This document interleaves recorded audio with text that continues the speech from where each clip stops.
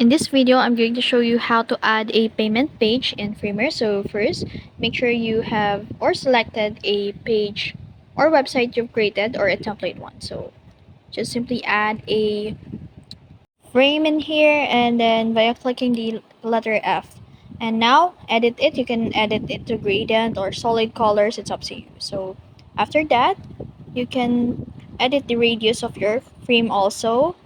You can add a shadows in here. It's up to you whether what kind of design you want to edit in here. But in here, just to give you all an example, I'm just going to show you the basics of how to add a payment page. Although I'm not a professional UI designer in terms of creating a UI for a payment page or payment frame in here. So I hope this video helps. So after that, we're going to add a logo for the payment, so it will noticeable as a payment page or payment frame for a payment transactions in here. So resize it to whatever you would like. Then you can adjust its radius also. And then after that, you can add another payment methods logo.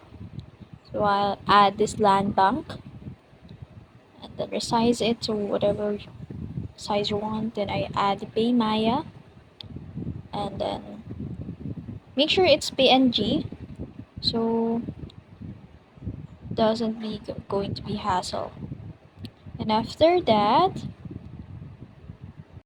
input a text in here and then that's it. So yeah, change its font and then now the button, you can hover it, you can activate its hover effect, just edit it in here, and that's it.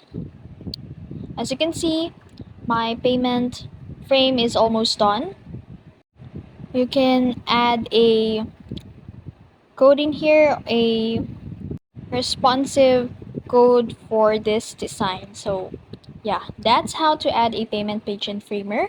I hope this video helped. If you found this video helpful, don't forget to like, share, and subscribe to the YouTube channel.